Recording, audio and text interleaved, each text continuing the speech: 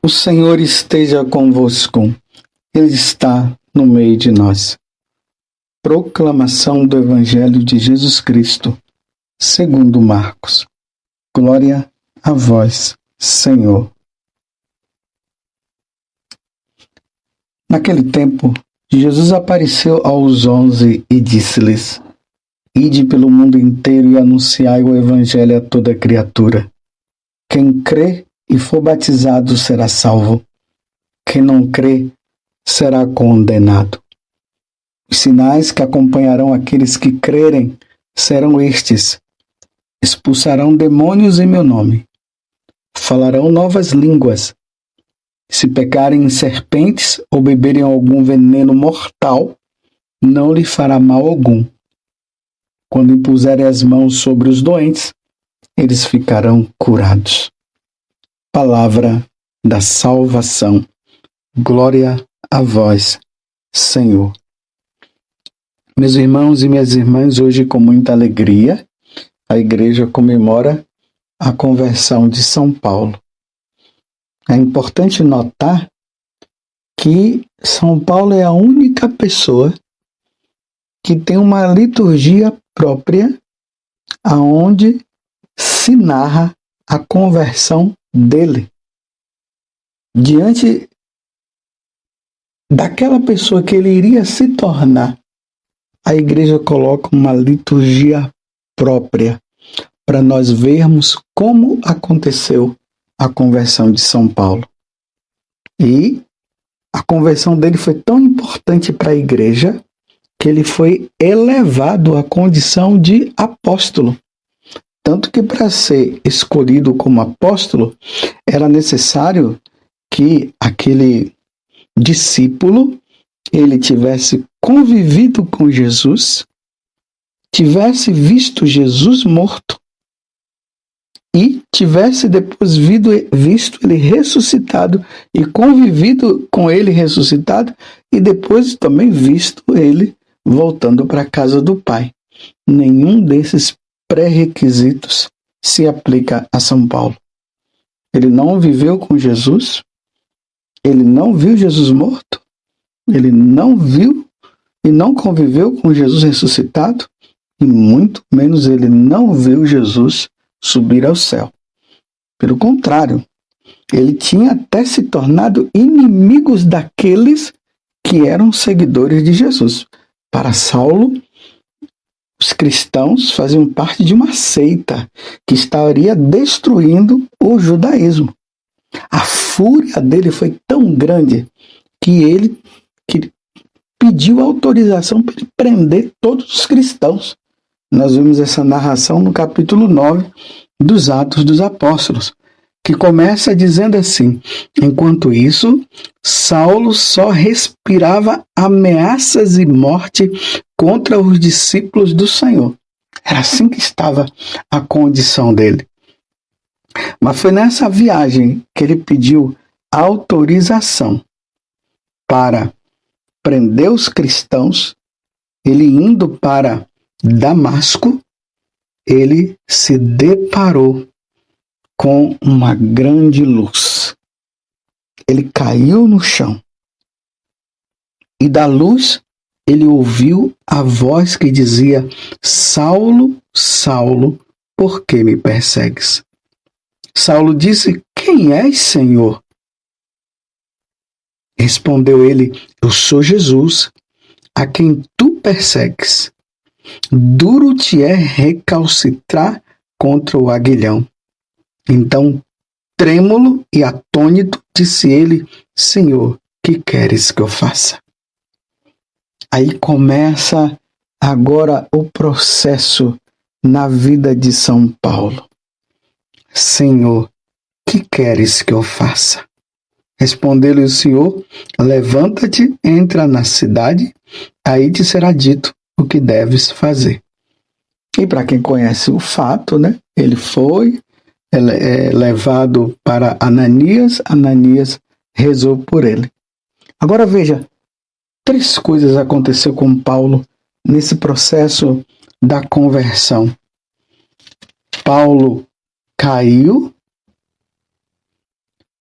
ficou cego e depois da cegueira ele jejuou. Tanto que aqui no versículo 9 vai dizer que ele esteve 3 dias sem ver, sem comer e nem beber. Esse processo que Paulo viveu da conversão dele, foi necessário que ele vivesse isso. Ficou cego. Depois, antes, ele já tinha caído. Em seguida, diante daquela luz, essa luz o cegou, ele ficou cego. E depois ele jejuou. Por 3 dias ele fez penitência.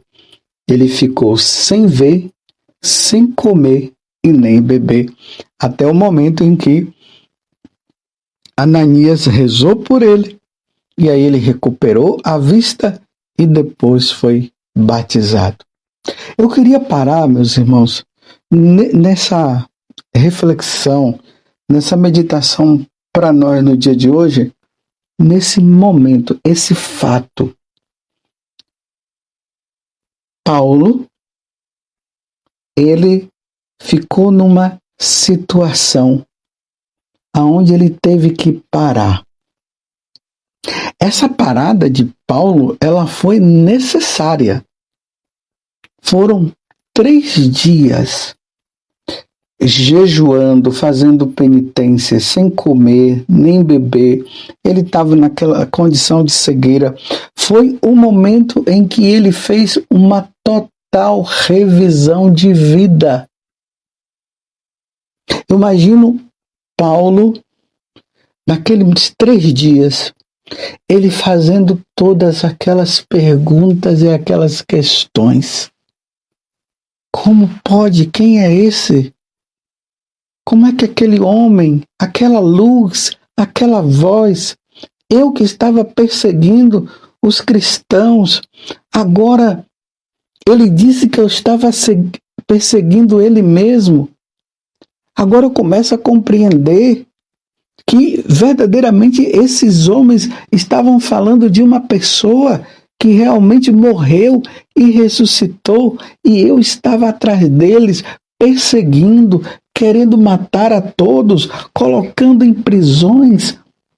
O quanto que eu estava errado. Você consegue entender que esse momento é um momento de revisão de vida? Uma verdadeira conversão, ela passa por essa revisão de vida. Agora mesmo, enquanto eu estou falando para vocês, me veio à mente Santo Inácio de Loyola. A conversão dele também se passou assim. Um grande aventureiro, aí era no tempo em que os jovens queriam ser cavaleiros para conquistar os reinos, e ele vai, e ali acontece um estilhaço de bomba, acaba atingindo ele quebra a perna, e aí agora ele vai ficar lá no castelo, aguardando para a cirurgia que precisava ser feita. Enquanto ele aguardava, aí ele não tinha o que fazer. Pediu um livro de aventuras para poder ler. Não tinha. Deram a vida dos santos. Quando ele começou a ler a vida dos santos, aí ele começou a perceber que aqueles grandes homens deram a vida, foram em tantos lugares para anunciar o evangelho. E ele percebeu que quando ele lia a vida dos santos, aquilo ali trazia uma grande alegria no coração. E quando ele simplesmente relembrava as aventuras dele, dava uma alegria assim, mas depois problema de consciência, e aí ele começou a viver um conflito interior. O que é que eu vou fazer agora? O que é que eu faço? A quem eu devo seguir? Eu devo continuar no mundo? Eu devo continuar nas aventuras? O que é que eu faço? Até que ele se decidiu. Ele disse: se esses homens eles conseguiram conquistar esse reino eterno, eu também vou conseguir, eu também farei. Eu quero ser santo como eles. E aí ele passa por aquele momento e vai em frente. Voltando para São Paulo, é o que aconteceu com ele. Meus irmãos, uma verdadeira conversão, ela deve passar por essa etapa de arrependimento, de revisão de vida, de perceber que o que era feito não estava correto, e uma retomada e uma firme decisão: eu não voltarei mais a viver isso, seguirei o meu Senhor. Paulo nunca mais ele voltou à vida velha. Foi um caso de uma vocação, de uma transformação especial. E essa conversão é o que Deus quer de nós. Deus quer que nós também façamos esta revisão de vida com penitência, com jejum, com oração. É por isso que é bom, é importante nós fazermos momentos de retiros. Os momentos de retiros nos ajudam justamente a isso, a essa revisão de vida. Até onde foi que eu segui? Qual o caminho que eu devo trilhar ainda? O que eu preciso me desapegar? Quais são os pecados que ainda estão fazendo parte da minha vida que não deve fazer mais? O que eu preciso fazer então de agora em diante? Essa é a função do retiro na nossa vida. Porque se nós não fizermos isto, meus irmãos, nós vamos embalando de acordo com o mundo. E o mundo está aí, nos chamando constantemente para que nós possamos voltar à vida velha. Sem o retiro, dificilmente a pessoa ela vai conseguir perseverar no caminho. Foram 3 dias Paulo revisando a vida dele. E aqui eu repito, capítulo 9, versículo 9. Fica até bom e até fácil de gravar. Atos dos Apóstolos 9, versículo 9. Capítulo 9, versículo 9. Eu vou ler um pouquinho antes do versículo 9, que diz assim: que aqueles homens que estavam com ele, depois da situação que Paulo viveu, tomaram-no pela mão e o introduziram em Damasco, onde esteve 3 dias sem ver, sem comer e nem beber.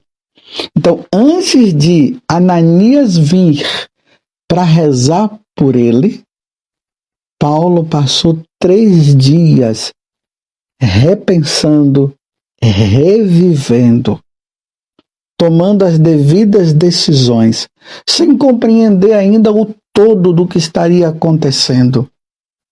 Até que quando Ananias vem e reza, ali diz que ele recobra as forças e aí é um homem novo.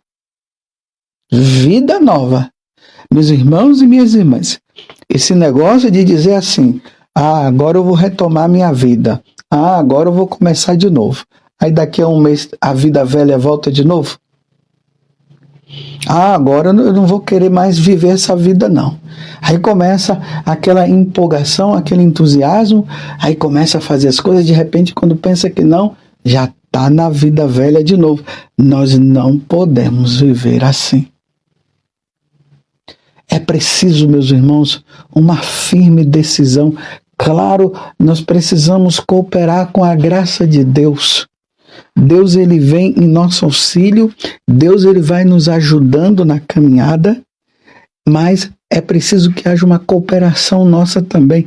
É preciso que haja uma força de vontade da nossa parte, porque se não houver essa força de vontade que é cooperada com a graça de Deus, nós não iremos conseguir.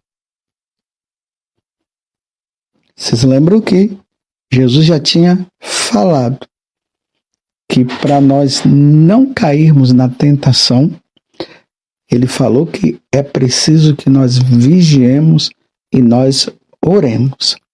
Essa vigilância e essa oração é uma parada necessária na nossa vida para nós fazermos essa revisão de vida, para nós vermos onde é que nós estamos falhando, para nós retomarmos de novo. Não sei se você sabe, por exemplo, nós que fazemos parte do clero, uma vez por ano nós fazemos um retiro. O bispo convoca todos os padres e vem alguém, um pregador, e ali aquele pregador, ele vai trazendo coisas para nós fazermos uma revisão de vida, para nós retomarmos, revermos aonde nós estamos falhando, aonde a vida velha está entrando de novo, para nós caminharmos. Os religiosos fazem isso. Como seria bom se os casais pudessem fazer também um retiro deles? Não somente um retiro de casais, como tem. Esses daqui também são importantes. Mas como seria bom o casal se retirar para um lugar onde eles pudessem, só os dois, estarem ali conversando, procurando rever, meu bem, aonde você percebe que eu preciso melhorar, assim o outro também diz, e os nossos filhos, como é que estão os cuidados dos nossos filhos, aonde nós estamos falhando. Essa revisão, ela é importante.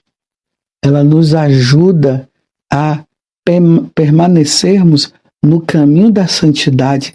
Ela nos ajuda a revermos aonde nós precisamos mudar de novo para continuar a nossa vida com Deus. Paulo precisou de 3 dias.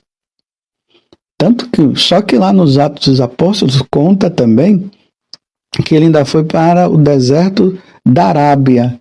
Não nos Atos dos Apóstolos, desculpa, na carta aos Gálatas, no capítulo 1, ele falando sobre ele diz que ele foi para a Arábia. Depois ele voltou de 3 anos, aí depois que ele foi atrás de Paulo, de Pedro, para conhecer Pedro, para Pedro também ver, porque ainda corria a notícia que ele era um grande perseguidor da igreja. Quem o ajudou muito foi Barnabé, que o ajudou a levar para estar com Pedro.